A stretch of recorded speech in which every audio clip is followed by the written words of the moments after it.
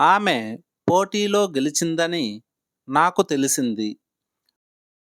అతనికి కొత్త ఉద్యోగం వచ్చిందని నాకు తెలిసింది. తన స్నేహితుడు కష్టంలో ఉన్నాడని అతనికి తెలిసింది.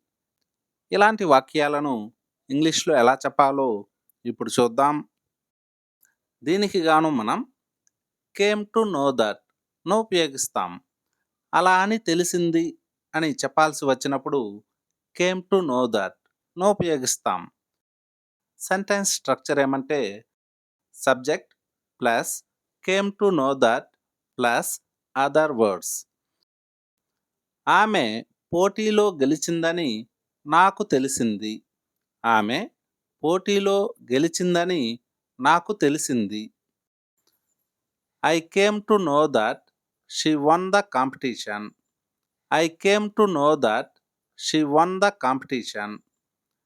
I came to know that అంటే అలా అని నాకు తెలిసింది. ఏమని? She won the competition. ఆమె పోటీలో గెలిచిందని. I came to know that she won the competition. అంటే ఆమె పోటీలో గెలిచిందని నాకు తెలిసింది. అతనికి కొత్త ఉద్యోగం వచ్చిందని నాకు తెలిసింది. అతనికి కొత్త ఉద్యోగం వచ్చిందని నాకు తెలిసింది. I came to know that he got a new job. I came to know that he got a new job. I came to know that అంటే నాకు అలా అని తెలిసింది. He got a new job అంటే అతనికి కొత్త ఉద్యోగం వచ్చింది. I came to know that he got a new job అంటే అతనికి కొత్త ఉద్యోగం వచ్చిందని నాకు తెలిసింది. రైలు ఆలస్యంగా ఉందని ఆమెకు తెలిసింది. రైలు ఆలస్యంగా ఉందని ఆమెకు తెలిసింది. She came to know that the train was late. She came to know that the train was late.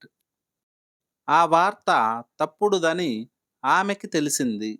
ఆ వార్త తప్పుడుదని ఆమెకి తెలిసింది. She came to know that the news was fake. She came to know that the news was fake. తన స్నేహితుడు కష్టంలో ఉన్నాడని అతనికి తెలిసింది. తన స్నేహితుడు కష్టంలో ఉన్నాడని అతనికి తెలిసింది. He came to know that his friend was in trouble. He came to know that his friend was in trouble. నీవు అతడికి సహాయం చేశావని నాకు తెలిసింది. దీన్ని ఇంగ్లీష్లో ఎలా చెప్పాలో కామెంట్ సెక్షన్లో కామెంట్ చేయండి.